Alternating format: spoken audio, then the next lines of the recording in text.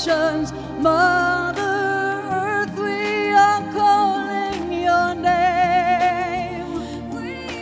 We know you're taken for granted, but we stand here committed to change. The voices of children are singing towards tomorrow's horizon they gaze. This is our song for the oceans. Give us strength. Oh, thank you, Kristen. Isn't she great?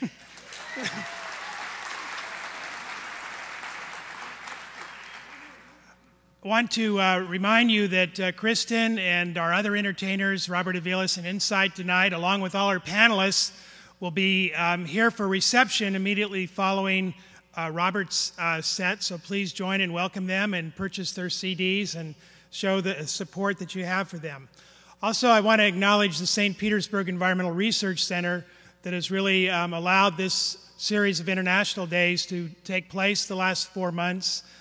There's not enough time to thank every single institution and individual that's contributed, but I want to really acknowledge 2 colleagues in the St. Petersburg Environmental Research Center that have really made this possible for me to help put this on. One is Andrew Maynor, who has been there for everything and anything that is needed throughout the process, and the other is Kel Holleman, who I think has driven more shuttles to the airport and to the hotels back and forth than it would be. I don't know how many times around the globe he's probably got, but probably he has more frequent flyer miles driving than I do flying. So I want to acknowledge those 2 people. The other is Heart in Action, who has provided all of the live media interaction, the podcasting, which you'll be able to see all these performances on iTunes. The first one's actually already available if you key in St. Petersburg Environmental Research Center. So let's have a hand for those folks.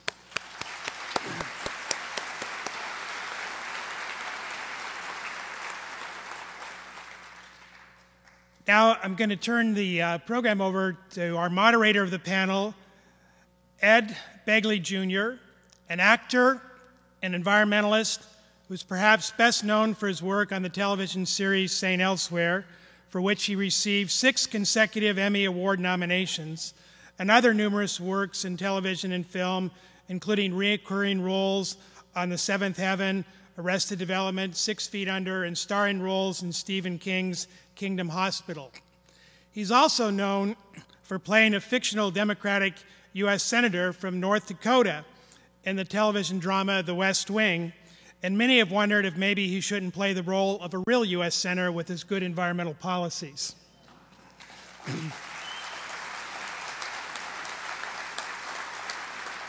Ed is recognized for his environmentalism and his support for eco-friendly products like the Toyota Prius and Begley Best Household Cleaner since 2000. He's been a member of the Board of Governors of the Academy of Motion Picture Arts and Sciences, a vegetarian for many years. His home is completely solar powered, and he usually rides bicycles or uses public transportation and rides the iZip electric bike around the set. He actually drove his Prius from Los Angeles to St. Petersburg, Florida to show his commitment. So let's have a real welcome for Ed Begley Jr. Another big hand for Kristen Hoffman. Wasn't she wonderful? Wow. You know, you hear there's going to be a musical act before the panel. Oh, that'll be nice. It'll be wonderful. And here's this world-class, brilliant singer, songwriter, musician. I was very, very impressed. I'm going to introduce the panelists, and they are a very prestigious panel. But before I do, I just want to say I stand before you very hopeful, not just because of the music that we just heard that's filled with hope, but because of a couple of things I want to mention. You know, we hear about all the bad news about the environment. There's much. There's many, let's call them challenges. Let's not even call it bad news. We have many challenges before us. But when you look at what we've done, what is possible, I think there is reason for hope. I live in LA, and we had the smoggiest, dirtiest city. It's still quite smoggy in LA, but we had horrible choking smog in the 50s and 60s growing up. And now, even though we have 4 times the amount of cars in LA, we have half the ozone. We have headed in the right direction. We had a big hole in the ozone layer. We still have a hole there over Antarctica and over the northern hemisphere, but it's gotten not bigger. It has not stayed the same. It has gotten smaller. We have made progress, and we must remember to celebrate that progress. We must remember that as much as we remember the bad news. We can do this. We can turn this around.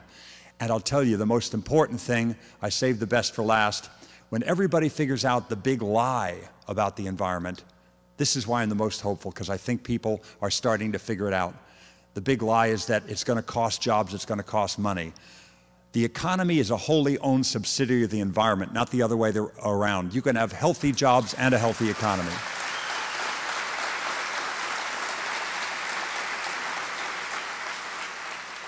And with that, I'd like to bring up our panel.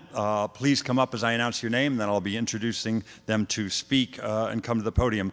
Dr. Noel Brown, please come on up here and take a seat. Dr. Paul Boyle. Dr. Frank Mueller-Karger. Dr. Vladamir Golitsyn. And also we have Phillippe Cousteau, please. Phillippe Cousteau, come on up. Come up and take a seat, please. Or you can just wait there and come on up and make your presentation later. You can do anything you want. The first person I'm going to introduce to come to the podium, Dr. Noel Brown. He's a dear friend of mine for many, many years, President of Friends of the United Nations.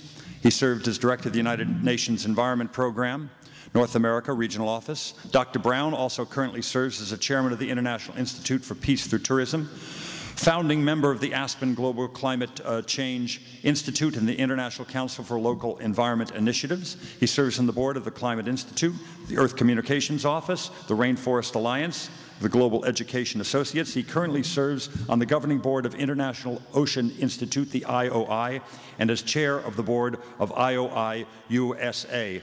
Welcome, please, my dear friend for many, many years. We served on the ECHO board together. He's a terrific guy, a dear friend, a great friend of the environment, Dr. Noel Brown.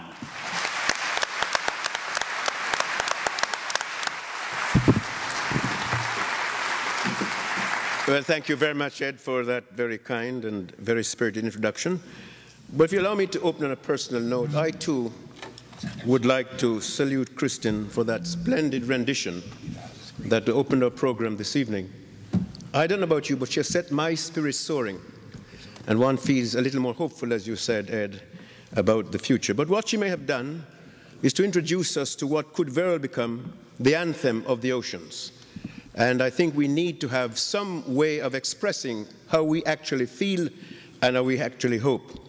And Kristin, I have sat through many, many oceans meetings. But this is the first time I've actually stood up for the oceans. You invited us to stand up for the oceans, and may we never sit down again. So this, I think, is a very, very good gesture. And I hope it follows through from Oceans Day 2007. Mr. Mayor, distinguished colleagues, ladies and gentlemen, I cannot think of a more fitting way to observe Oceans Day than for a coastal community to come together in conversation with itself about the state of the oceans, the source of all life, and the implications of its progressive degradation for collective well-being and our common future. And the timing could not have been more propitious. Let me state it as simply and as frankly as I can. There is an impending crisis of the seas, and it can no longer be treated as a planetary sewer or a resource farm for all that can be exploited aggressively or plundered systematically. And here science, this time, cannot be faulted. Although we know more about the backside of the moon than the oceans, science has been very consistent in warning us about the impending catastrophe unless action is taken. But few seem to be listening, and there is no sense of urgency or any sense that we need to act now. And ladies and gentlemen, the alphabet of atrocities are becoming grimmer every day. We know, for example, that giant tumors appear frequently in turtles, PCB in the flesh of fish appearing in the breast milk of women, particularly in the Arctic. Ulcers and cancers, lung infections, and immune deficiencies often occur in the beluga whales, once described as perhaps the most polluted animals on Earth. Changes in the chemical balance of ocean waters caused by nitrogen-rich fertilizers and acid rains threaten the food chains. In some semi-enclosed seas, the pollution reads like a chemical alphabet, from arsenic to zinc. Alien species from distant waters are disrupting local food webs. Coral reefs, one of the most prolific and productive ecosystems, are dying at an alarming rate. And perhaps the result of global warming, but most certainly because of the collection of debris and toxic chemicals. Overfishing has become a very major barometer of what we're doing to the seas and oceans. And each year, the reports seem a little more dire and grimmer. And yet humanity seems unable to respond in a timely fashion. 3 years ago, a colleague of mine, the late Dr. Ransom Myers, published a finding after nearly a decade of research in which he noted that in the 50 years since the introduction of global industrial fishing, the population of predatory stocks from the giants like the blue marlin to staples like the cod have declined by 90%, and there's no telling what will be the fate of the other 10%. 2 years ago, the United Nations Environment Programme was to issue an even more chilling report when it noted that the world's fisheries are not only being destroyed by fishing, but their habitats are also being destroyed by what is being called the dead zone. According to that report, there are nearly 150 such zones, oxygen-starved zones in the world, which are linked to excess nutrients, mainly from nitrogen that originate from agriculture and fertilizer, vehicle fumes, and factory emissions. But according to UNEP, perhaps the biggest environmental problem is occurring in terms of what we are doing in the ocean litter and debris.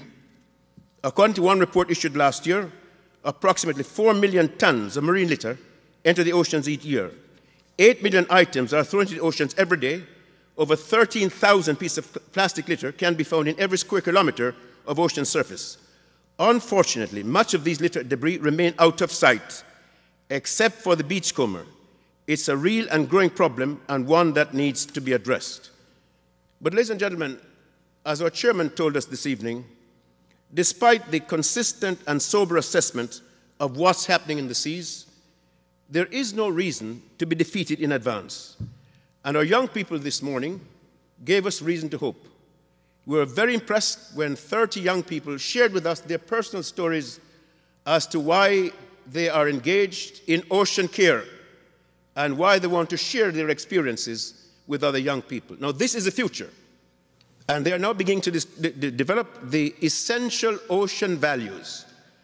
And I left the meeting this morning feeling very encouraged. And in any event, it's too late for pessimism. And as a colleague of mine, the late Randle once remarked, trend is not destiny. And that a logical future, based on the extrapolation of existing trends, is not inevitable, nor is doomsday. The willed future, the volitional future, is more desirable and more probable. Ladies and gentlemen, perhaps it's time to summon the will to secure the earth and to create environments that are economically rewarding, aesthetically pleasing, environmentally sustainable, and provided an opportunity for the well-being of ourselves and future generations. We are a remarkably gifted species, and when we put our mind to it, there are very few things that we can or cannot do honor of this planet. Let's will it. Let's try to save the oceans. Let us be the generation that said, Oceans Day should never be Doomsday. Thank you very much.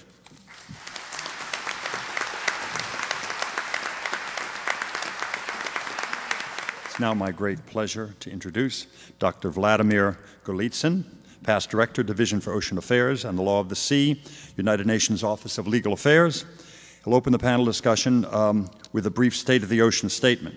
Dr. Golitsyn has worked for the UN for the last 25 years. For his last 3 years, until March 1, 2007, he has been Director of the Division for Ocean Affairs and the Law of the Sea of the United Nations Office of Legal Affairs. Dr. Golitsyn, a national of the Russian Federation, has been active in the field of the law of the sea for over 3 decades at the United Nations, where he has been actively involved in the establishment pursuant to the 1982 Law of the Sea Convention of the International Seabird Authority and the International Tribunal for the Law of the Sea. Welcome, please, Dr. Vladimir Golitsyn.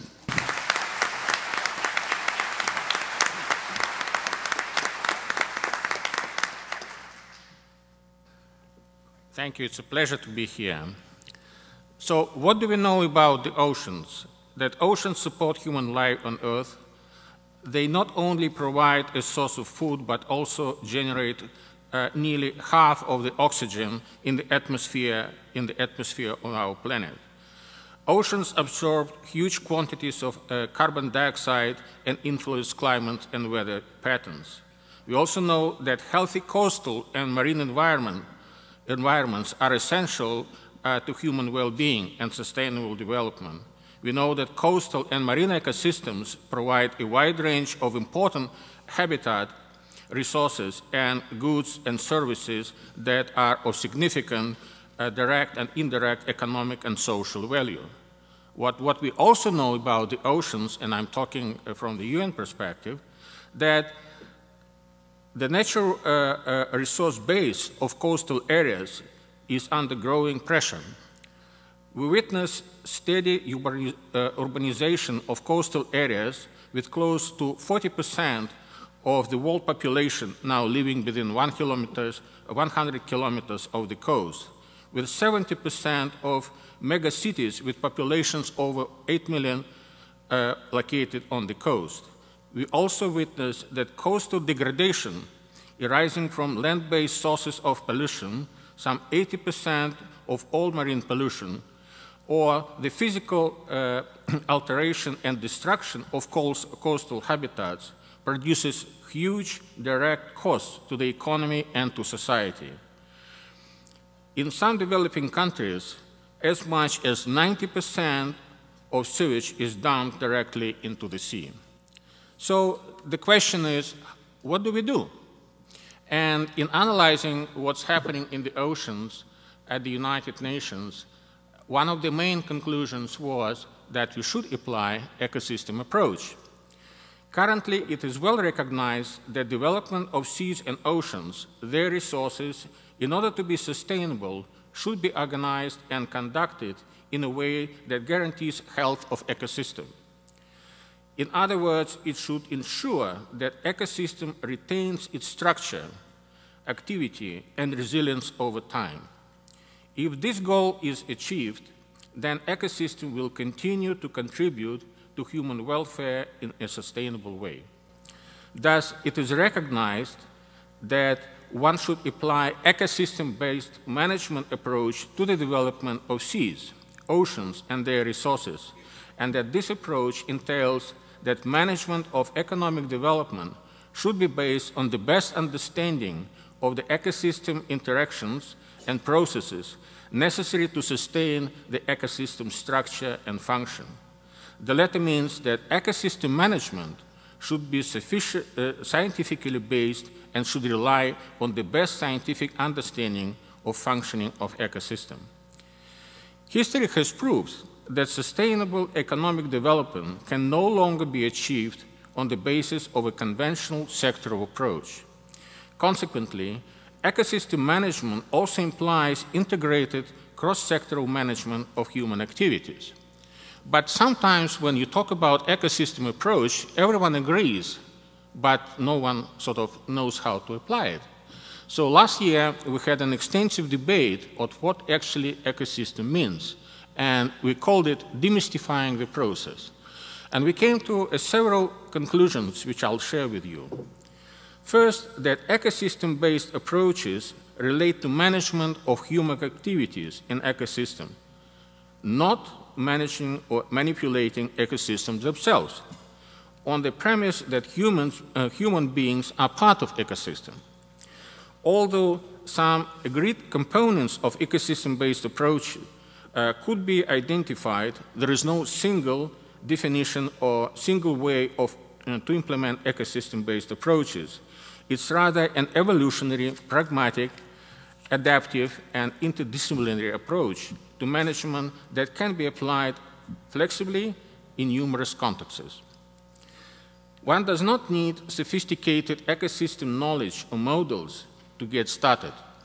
It is possible to begin at a small scale, small or simple scale, and in this regard, there is a role for pilot projects which can be scaled up into broader applications.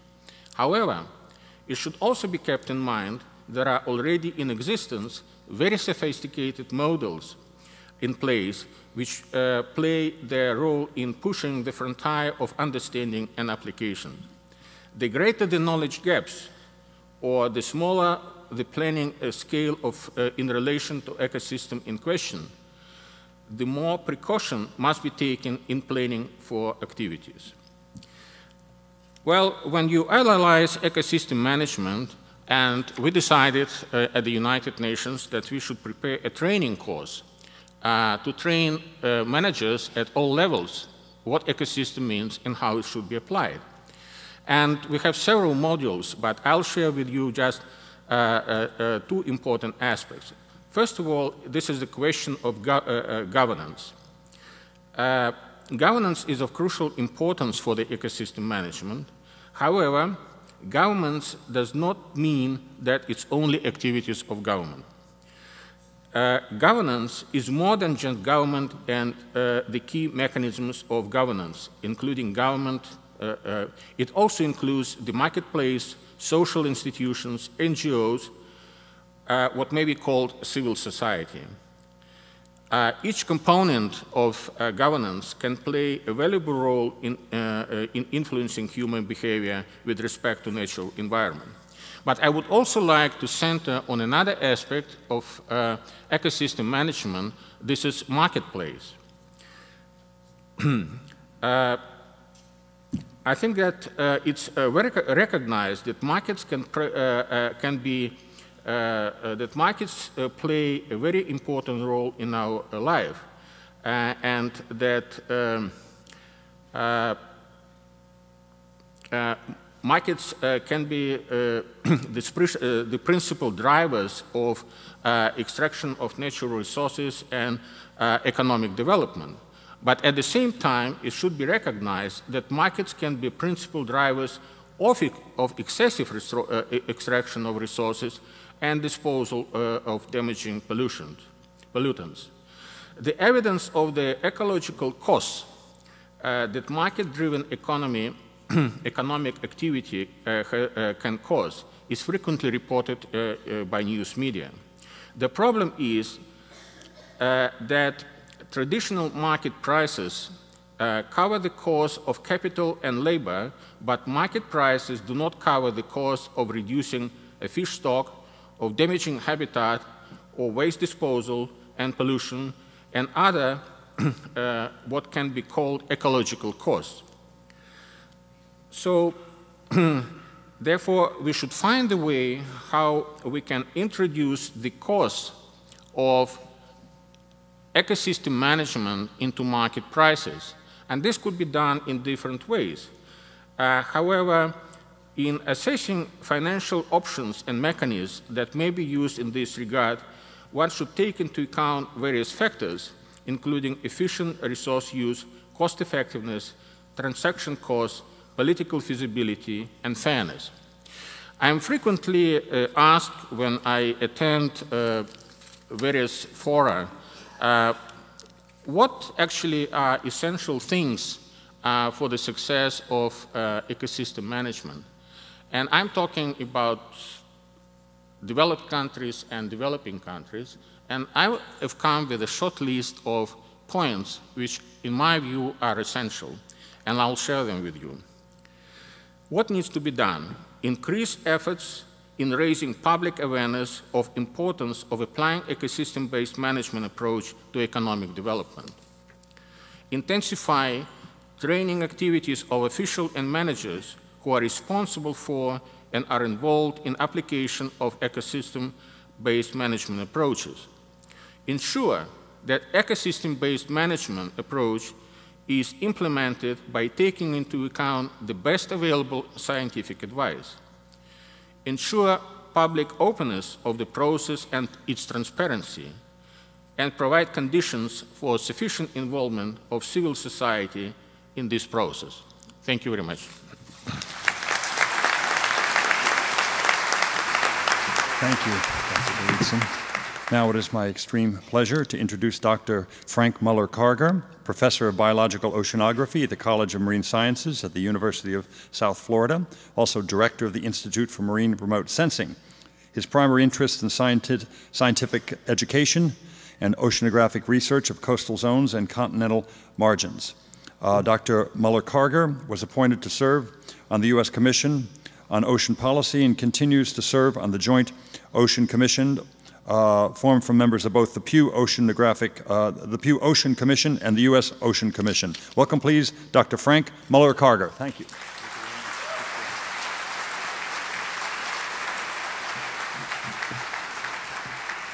Well, thank you very much. And how about that Kristen? I mean, I still can't get over her. That's just unbelievable. So, and thank you very much. It's really, I'm very impressed that you're all here tonight, and I want to thank you all for coming. I want to thank the organizers and all the panel members. I'm really proud to be in a panel where the grandson of the person that inspired me to be an oceanographer is, and to be on the same panel is really a pleasure, and that's Phillippe Cousteau. But let me tell you a little bit about what I do and what we have found out and how to change ocean policy in the nation. And so you're going to get a little bit of homework tonight, and I hope you carry it through. I think you heard the scientific principles of why the ocean is important. For the US alone, just to give you an example, the value, you can count it in dollars in the US economy. About half of the gross domestic product of the US is generated by states that have to do something with the ocean or are nearby the oceans. Coastal counties really generate about 76 million jobs. And everything, almost everything that we consume that comes from abroad, 80% of our trade comes by ship, and that comes through our waters and into our ports. We eat fish. $8 billion of fish that we eat come by ship, and they are imported from abroad. It affects our, I mean, it really has an impact on our health. If the oceans are not healthy, we are not healthy. Tourism and recreation altogether is one of the biggest industries that there is. We get energy from the ocean. Oil and gas in the Gulf of Mexico, for example, is very important, and we consume it. Then there's the spiritual and cultural value of the ocean. That's really unmeasurable. And about half of the population of the globe lives near the coast. So this is there's no way that we can underestimate the value of the oceans. Now, over the past 30 to 50 years or so, the problems that we have right now have been exacerbated. And many of them are natural, and because we don't understand the nature very well. We are dealing with climate change. We need to understand what it is and how we can ameliorate its accelerating it, and we are accelerating it. And so there's a whole interaction between natural change and what we are doing to it. We have red tides, we have tsunamis, we have hurricanes. All of that can be affected by natural cycles. But then we come in, and the way that we interact with the ocean can make a big change and probably exacerbate the problems. In every case, the problem is that we don't know how to deal with these, and we don't plan with these changes very well. We don't plan for solving problems beforehand, so we manage by crisis. This is typically how our government works. So the government noticed this. Many people pressed Congress to pass what we call an Oceans Act in 2000. In the meantime, also, a private group, the Pew Charitable Trust, organized a commission of 16 people to look at the oceans. The Oceans Act of 2000, passed by Congress, created one that was supposed to be a presidential commission, or actually not supposed to be, it was a presidential commission. President Bush appointed 16 members. There was a parallel commission process then in the private sector. That was the Pew Ocean Commission. And these are the reports that we generated in 2004. You can download these reports, and I encourage you to read them, but they're very extensive, and they really lay out the groundwork for where we should be going. more recently, the two commissions have united. We call that the Joint Ocean Commission Initiative. It's JOCI, so it's jointoceancommission.org. And in there, there's we're trying to develop strategies, the kind of thing that we're going to talk about here tonight, about how to reach the public, how to reach our leaders in government and changing things. Now, the two ocean commissions came up basically with the same concept, and this is that we have to manage things through ecosystem-based approaches. And when we were going through the process of trying to figure out what it is that we had to recommend to the President and to Congress, it became very obvious very quickly that right now, the way our government is structured is not very effective. We have, for example, we have a National Oceanic and Atmospheric Administration, we have a NASA, National Science Foundation. These are entities within the executive branch of government that have very little interaction between them. So one important thing is to have these things communicate with each other in a much more effective way.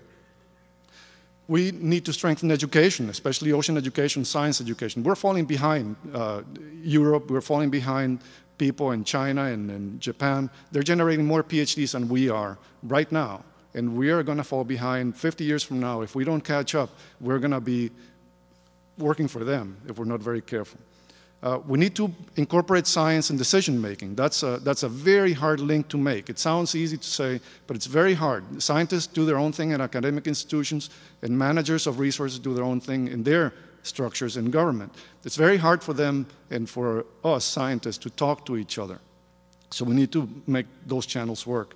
And then we have to be international leaders. And the US can and should continue to be an international leader. And I'll touch on that again. All of this really needs money. And that's really where our government is falling flat. They're not providing increased funding for science. And this is something that we need to be very watchful for. Because we're funding oceanography and ocean science at the same levels that we did 30 years ago. In the past 3 or 4 years, that actually has gone down. We cannot allow that to happen any further. So what is ecosystem-based management? The way we saw it, right now all these agencies that I talked about that have something to do with the ocean manage a piece of the ocean, but they don't manage across the boundary of the ocean. For example, there's very little, or it's hard to manage the atmosphere and the ocean together, or managing land processes and ocean processes. So for example, if you dump stuff into a river, it's going to end up in the coastal ocean, but there are no agencies that manage the process from end to end. So these are the kinds of things that we propose to change. Now, the President replied to our report. We produced our report in September of 2004. The President came with this initial plan and as a response to our report as the U.S. Ocean Action Plan. And that's also on the web. That's part of the CEQ, the Council on Environmental Quality at the White House, which is like the National Security Council, but for the environment. So you should go online and look at this. It's a very short document, but it lays out what we hope is a plan for how to address what we recommended in our commission. But let me very quickly review what has happened since. The President established a Committee on Ocean Policy, which is basically a cabinet-level committee, all the secretaries and directors of agencies to talk to each other, which wasn't there before, about ocean issues. That's part of the Ocean Action Plan. In 2006, last year, the President established the largest ever marine protected area, and this is in the Northern Pacific, in Northern Hawaiian Islands. And they developed an Ocean Research Priorities Plan. This year, President Bush declared June 2007 as National Ocean Month, and he is urging senators to pass a resolution or ratify the UN Convention on the Law of the Sea. And I think some senators are actually changing their mind because of that call. Congress last year passed, they reauthorized the Magnuson-Stevens Fisheries Act. It had to be done. And now this year, there's many pieces of legislation that need your support, and that's where your homework is going to be. The inaction of our government it really has to do primarily with funding. We are underfunding science and management for the oceans, and it's getting worse. I mean, you talk to anybody in government, the federal government, on Congress and the executive side, and one of the problems, of course, is that we are fighting several wars, and so the war in terrorism, Afghanistan, Iraq, are siphoning off dollars that should be, or at least should in part be, dedicated to national security at home, okay? We have not acceded to the UN Convention on the Law of the Sea. And the government is sidestepping many of the recommendations that we made as part of the two commissions. So your homework is to write to the president, write to the vice president, write to your congressional leaders about all the issues that you think are important that we need to do in coastal zone management and ocean management and how the land relates to the ocean. And we have produced a set of 10 top actions that people can focus on. This is part of the Joint Ocean Commission initiative. If you go on the Joint Ocean Commission webpage, you'll find this. And I don't know if I have time to read this, but basically, we don't even have a national ocean policy. You should urge Congress to pass an act to ensure that whatever law is passed is consistent within a framework of protecting the oceans for our future. We need a strengthened government structure to manage our oceans. And so we have an agency called the National Oceanic and Atmospheric Administration, NOAA. It lives within the Department of Commerce. That entity was created by President Nixon by executive order. There's no law, there's no congressional act that has created that agency as opposed to all the other agencies that we have. That's unbelievable. So in a sense, it's kind of an illegal agency. But you need to encourage the government to pass a law, what we call an organic act, because it establishes an organization to establish NOAA. Fund research, fund management. This year, we have a chance also to pass a resolution to ratify the UN Convention on the Law of the Sea. You need to write to the Senate. The House doesn't have anything to do with this at this point, although you can write to them and encourage them to support this. But the Senate needs to hear about this from you. Next year, the Senate and the House and the White House are going to be involved in elections. It's going to be an election year. So this year is the year to make a change. Next year, they're going to be paying attention to the election. So anyway, this list is on the web. You should look at it. Write your letter to your leaders and push them to make a change. Thank you.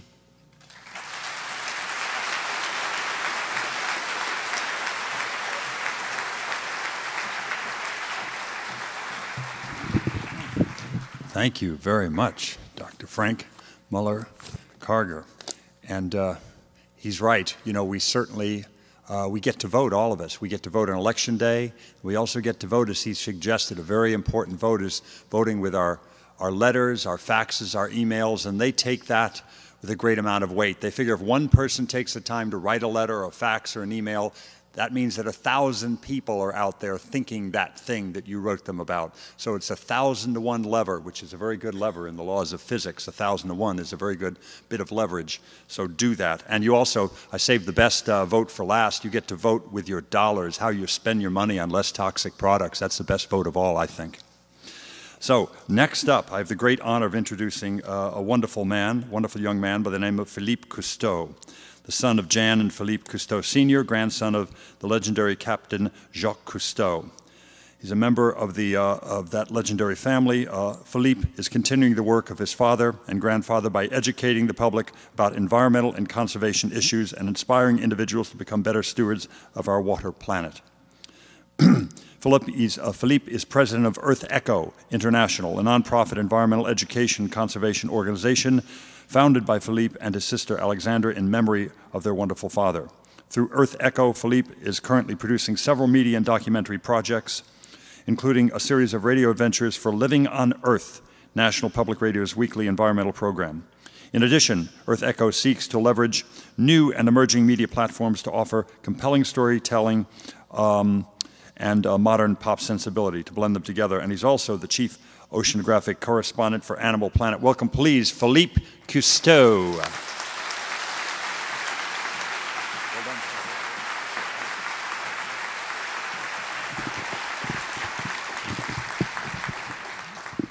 Well, good evening, everybody, and thank you for coming out here to this beautiful theater that we've all had the privilege to spend the last day and a half, actually. We had a panel this morning and a press conference yesterday evening. You know, oceans have been part of my life since I was little, since I can remember. And I grew up with stories of my grandfather and of all the wonderful adventures that he had traveling around the world and exploring systems that for most people, they had no idea what existed. We, as Noel mentioned earlier this morning, we had a panel with several young people from the neighborhood and even as far away as Key West, in fact, or Key Largo. And the images that they have grown up with, Nemo and Shamu and Flipper and all these things are pretty new in the modern, in the sensibility of society, really in the last 50 years. It was the film The Silent World in 1953 that aired in movie theaters around the world that really brought the first glimpses of the ocean and what lay beneath the waves to people everywhere. And there was an irony that I mentioned this morning that I find interesting and intriguing and saddening, is that the last 50 years has seen the greatest increase in knowledge, the greatest exploration of the oceans. And yet in that same time, we have seen the greatest degradation of the oceans.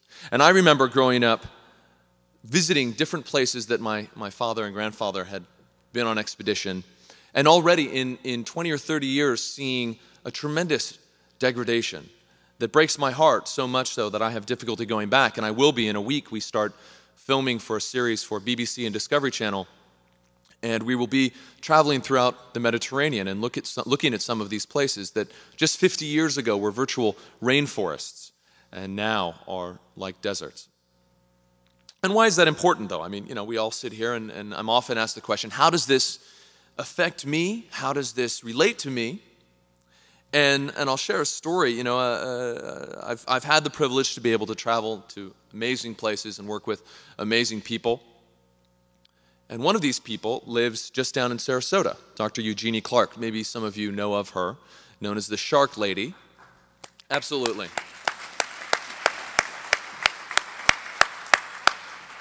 She's a pioneer, a female pioneer in the oceanographic industry, and was a good friend of my father's and my grandfather. And one of the first expeditions I ever got to go out on was with her to Papua New Guinea. So Papua New Guinea is a small island nation just north of Australia, and we spent about 2 weeks in Milne Bay, which is at the southeastern corner. 2 weeks on a ship. It was incredible experience to be with her and the legendary and leading scientists that she was working with. But after that, subsequent to that trip, I decided to go to the highlands of New Guinea. Now, the highlands is a very remote part of the world, really only discovered, quote-unquote discovered, by Western nations in the 60s or 70s, or at least explored in the 60s and 70s. They had remained relatively isolated for thousands of years. And I remember going up there and knowing that we live in a global world and that we're all connected, but sometimes you have to see it to believe it. And I remember seeing tribesmen barefoot with grass skirts and depending on the tribe, one particular tribe called the Tuna used to wear boar tusks in their nose as a symbol of their affiliation. The Huli have ornate headdresses and feathers and painting. It's amazing. Very, very, very, very rich culture, but very technologically primitive. Though I saw on occasion, a few occasions, Lakers t-shirts.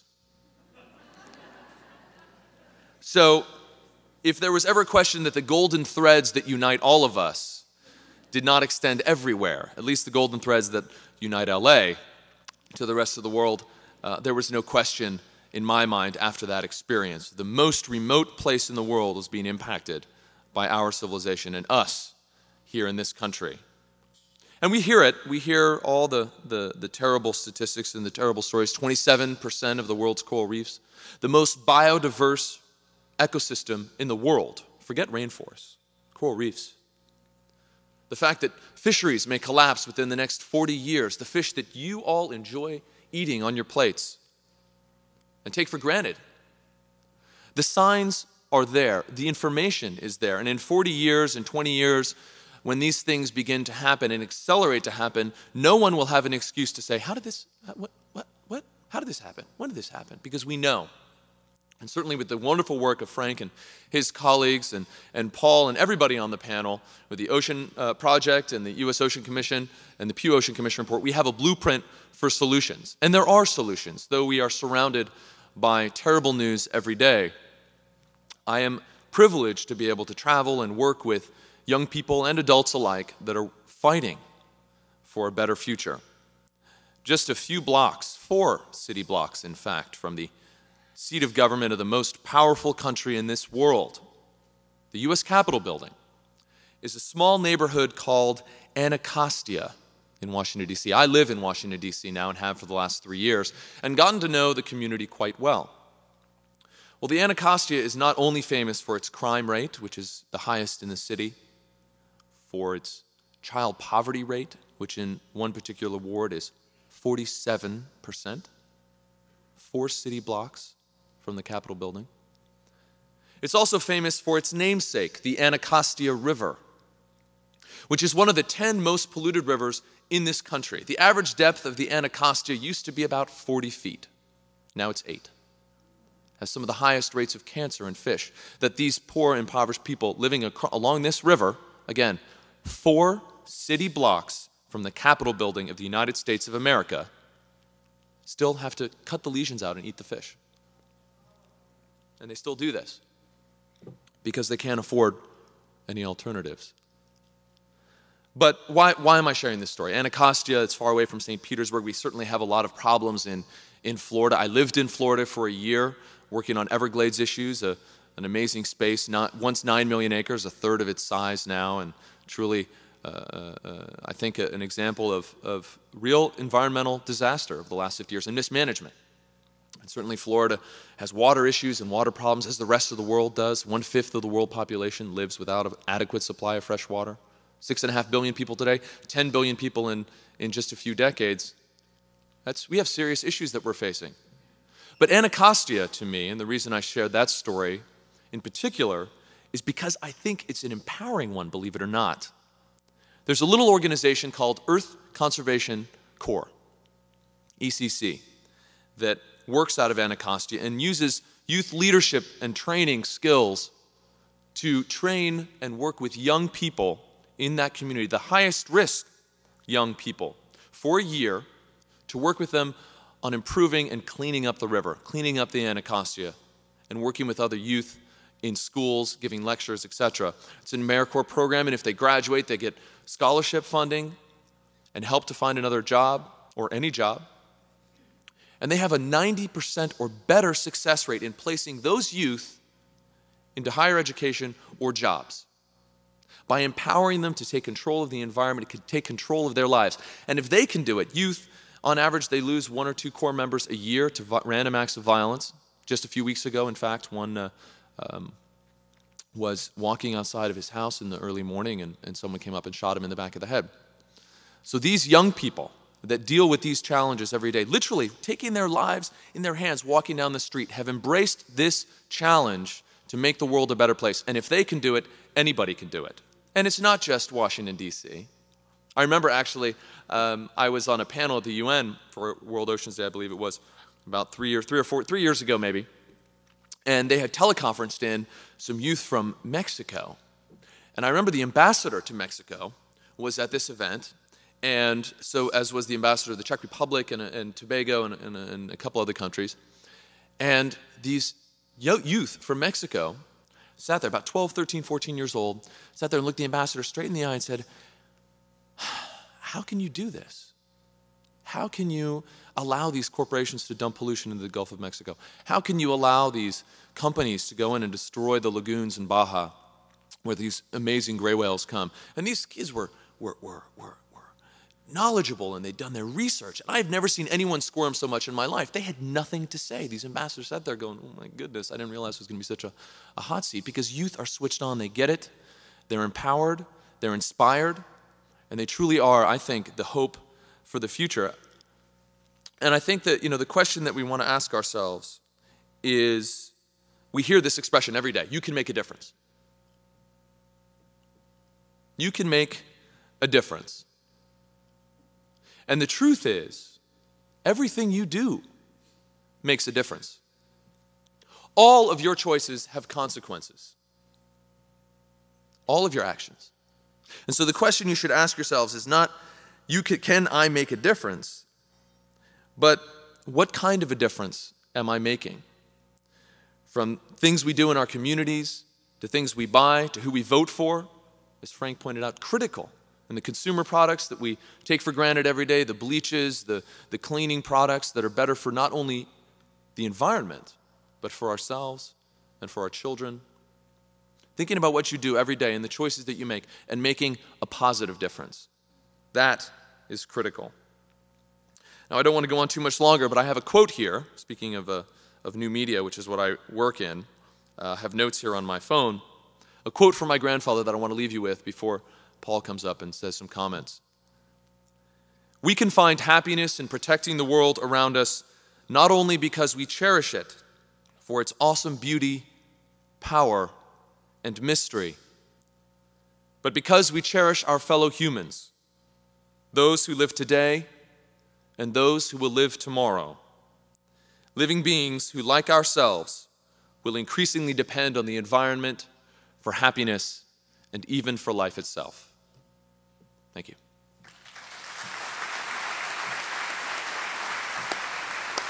Phillippe Cousteau, wonderful, wonderful. Thank you. Thank you for those inspiring words. To finish off now, Dr. Paul Boyle founded the Oceans Project in 1997 to increase public awareness of the crucial roles that the ocean plays in human survival and to engage people in becoming personally involved in protecting our ocean for future generations. He served as director of the New York Aquarium, director of the Edgerton Research Laboratory at the New England Aquarium in Boston, and is widely known as one of the nation's leading aquarium directors with over 25 years' experience creating and directing aquatic conservation, environmental research, public education, museum exhibit programs. In all his work, he is committed to protecting our oceans for future generations. Welcome, please, Dr. Paul Boyle.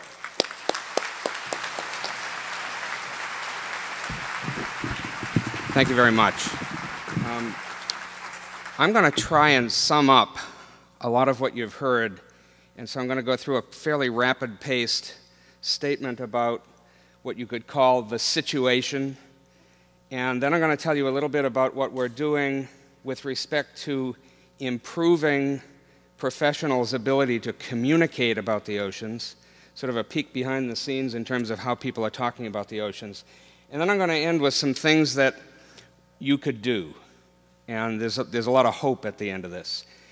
2/3 of all the people on Earth live within 100 kilometers of the ocean. That's 4 billion people today. It'll be 6 billion people in about 20 years. But the point is, there are all those other people inland, and all people affect the oceans, and all people are affected by the oceans. In fact, all life depends upon the ocean. The ocean provides stability of our climate, almost 3/4 of our Earth's oxygen, and all of these other things, food, medicines, minerals, and recreation, not to be forgotten. But we continue to do to the ocean what is illegal on the land. And that picture on the bottom right says it all. The water cycle guarantees that everything on the land eventually goes to the ocean. In fact, all human life simply and frankly depends on the ocean. Only a healthy ocean can provide for our needs, and you could state it as bluntly as saying the condition of the ocean is the equivalent of the condition of our future. So it's an everyone responsibility. A healthy ocean, stated in the terms of a person who runs aquariums, is the Earth's life support system.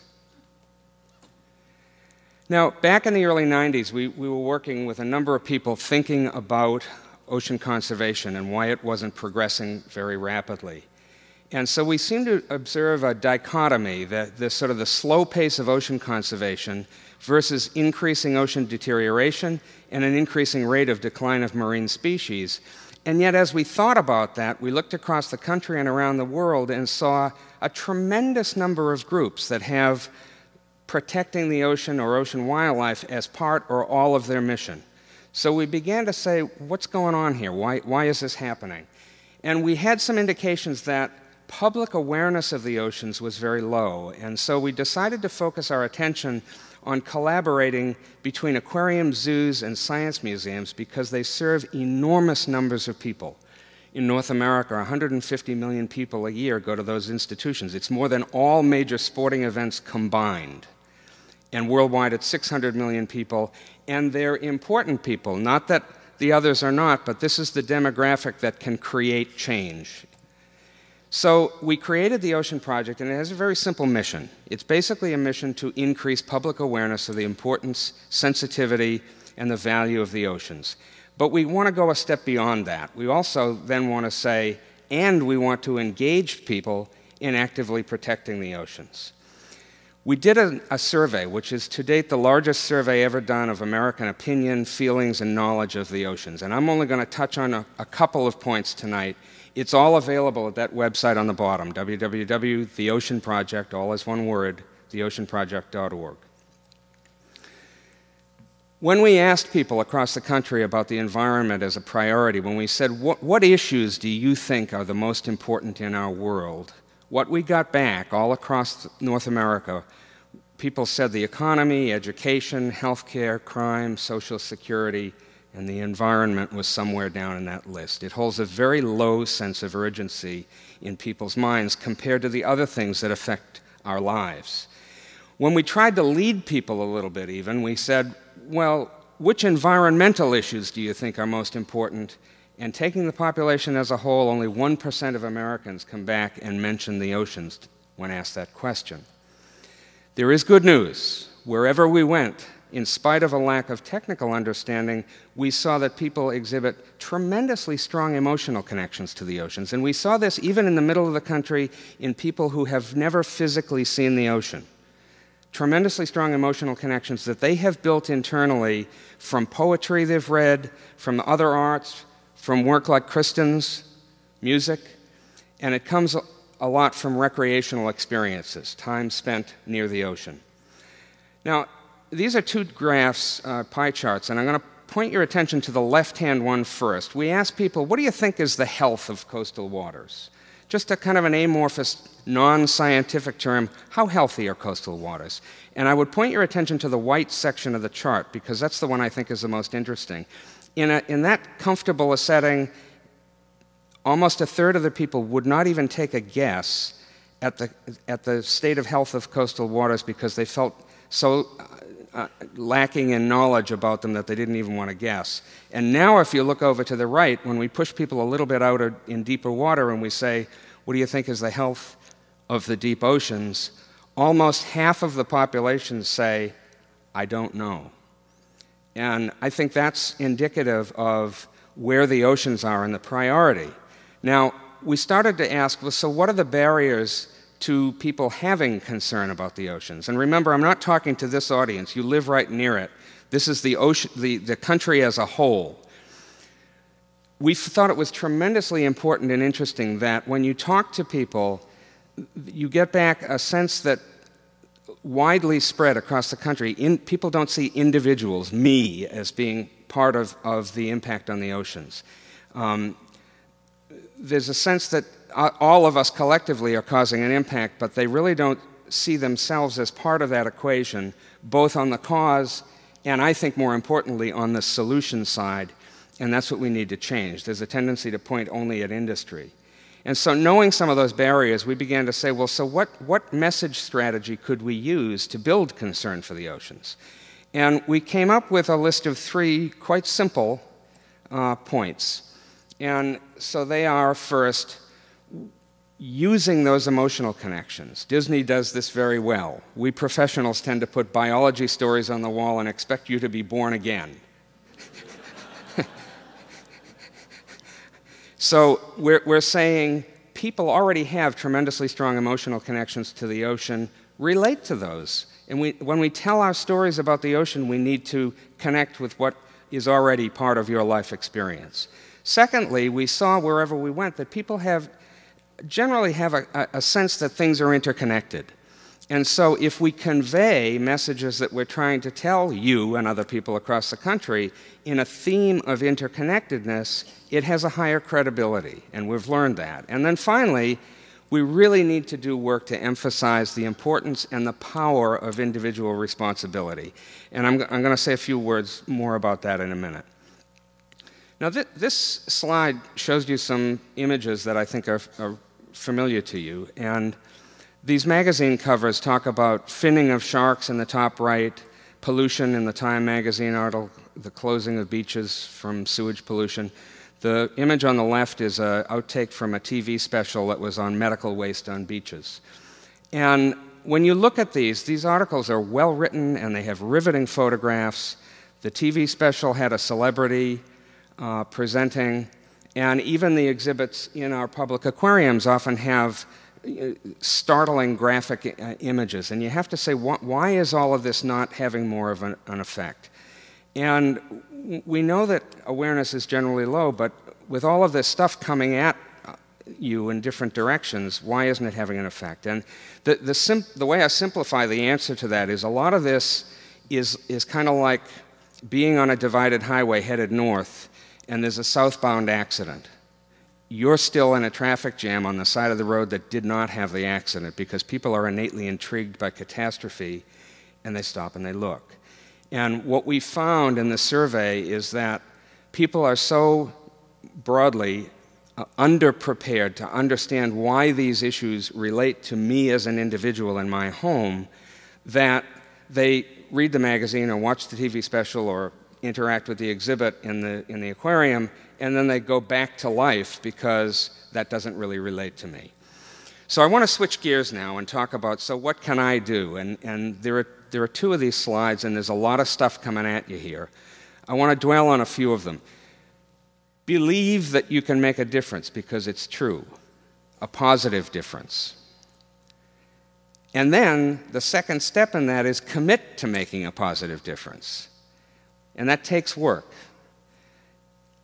I would advocate that you should get on to Google and learn about the oceans. Teach your children about the oceans. The more you know, the more you'll see. And then tell somebody about it. I would ask all of you to go home tonight and tell your other family members and neighbors that almost 3/4 of Earth's oxygen comes from the ocean. They will be startled. And it's one of those stories that's simple to tell, and it has an effect on people thinking about the oceans. Buy sustainable seafood. There are some cards out in the lobby on one of the tables that tell you the fish that are less heavily overfished. Be conscious of trash. Recycle. We were talking on a boat the other day about plastics. Watch out for plastics and try not to use styrofoam because it ends up floating around in the ocean. Animals ingest it. They're actually malnourished because they fill up their gut with little plastic styrofoam balls. Runoff from your lawn. It's not just your lawn, it's all your neighborhood lawn, and it does make a difference. And oil pollution. It's not just tankers. More oil runs into the sea every year from drippings from automobiles on our roadways than from tankers. And here's some more. Conserve energy. Global warming is affecting the oceans. Buy locally because it saves energy.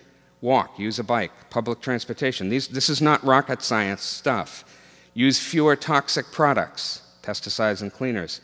Buy from green companies because they've done the work to become green. They should be rewarded, and that's incentive for others to green their practices.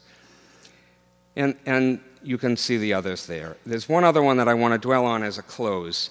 What can I do, you say? Well, World Ocean Day is in fact not officially designated by the United Nations. Yesterday was the 15th annual World Ocean Day, but it has not received official designation from the United Nations. And official designation is a way to call attention in a repeating way to an event. Official designation will tell governments that they're neglecting the oceans, and that will inspire them, we hope, to act. But it comes around every year, and so Philippe's comments about new media will get the media to focus on the oceans on an annual way. We've created a website called www.worldoceanday.org. It's pretty easy to remember, but write it down, and we would ask that you go there and sign the petition. We're trying to get 1 million signatures as a statement that people around the world, a statement to the UN, that people around the world want the oceans protected. And it's easy to feel like I can't do much alone, but we're asking people to think instead of what 1 million of us speaking together will say. And so please do it. Sign the petition, worldoceanday.org. Thank you very much. Thank you, Dr. Paul Boyd. Solutions, things we can do. There's nothing more important. I've always been a man of action myself, so I love ending with that. We've had a terrific panel, and now the evening is not over. We started with some wonderful entertainment. We're going to end with it. We, as Robert Aviles and Insight come out and get ready, I want to thank the panel, and I want to say also that Sir Isaac Newton was a very smart man. He laid down some laws hundreds of years ago that I'll try to sum up here. I'm going to be arrogant, try to sum up the Mathematica Principia and a few of the things Isaac Newton came up with, but I'll try. Gravity always wins. It's winning with matter in a solid state at the Acropolis. You can see it start to crumble very old buildings like the Colosseum and other old structures. It wins with matter in a liquid state very, very quickly. Very, very quickly. And very few of us live in Death Valley as a Brisky Point below sea level. Nearly all of us live above sea level. So everything that we do is reflected in the health of our oceans. And folks, we have a problem. And knowing that we have a problem, know that we can fix it. We've started to clean up many beaches in LA, many beaches that used to get an F and a D rating and now getting an A and a B rating from Heal the Bay because we're making a difference. I'm not suggesting that we pack up our tent, go home, declare victory because we've solved it. Nobody here is saying that. But I'm saying remember to celebrate those victories too. When I was a kid growing up in the San Fernando Valley, you couldn't see the mountains 320 days a year. And now you can see them all year round. We still have some of the smoggiest air in the nation, but it's much better than it was. And many other cities in this nation have gotten better because of things that we did in LA that spread to the state and spread to the nation and indeed the world. So we can do this. We can turn it around as we have done with the depletion of the ozone layer. We've cleaned up some oceans and we need to do a lot more. We're running faster to stay in place in many places. So get involved. Get that list from Dr. Paul Boyle. Do something, get out there and do it. And thank you once again to this prestigious panel. Thank you all very, very much. Oh, this is our song for the oceans. Give us strength. Awesome. Okay, next time.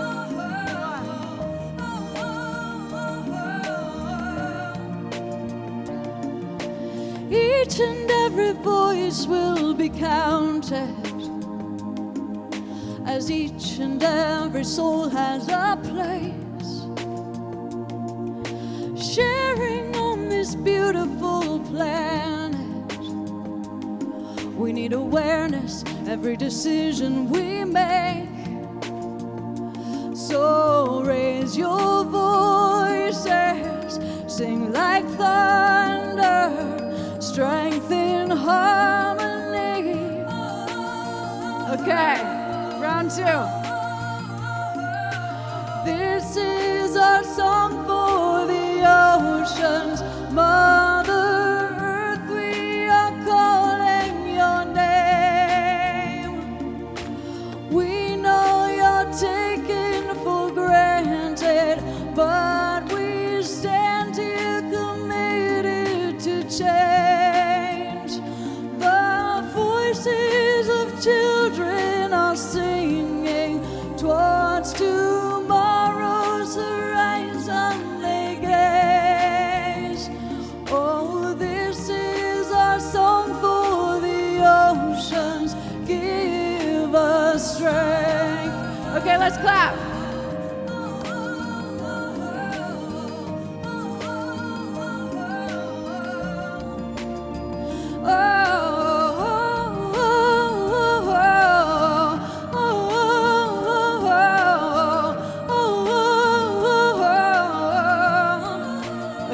Last time.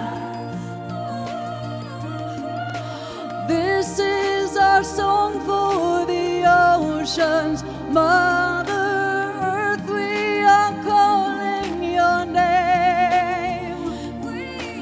We know you're taken for granted, but we stand here committed to change. The voices of children are singing towards tomorrow's horizon they gaze. This is our song for the oceans. Give us strength.